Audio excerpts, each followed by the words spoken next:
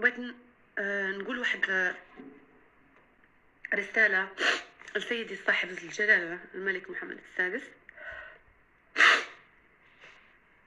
مولاي صاحب الجلالة الملك محمد السادس ملك المغرب، حفظكم الله وسدد خطاكم.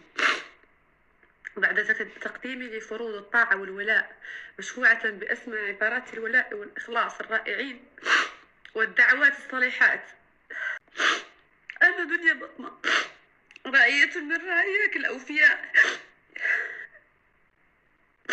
أن تتفضل وتشملني بعفوك وأن ترحمني وترحم بناتي وترفع عني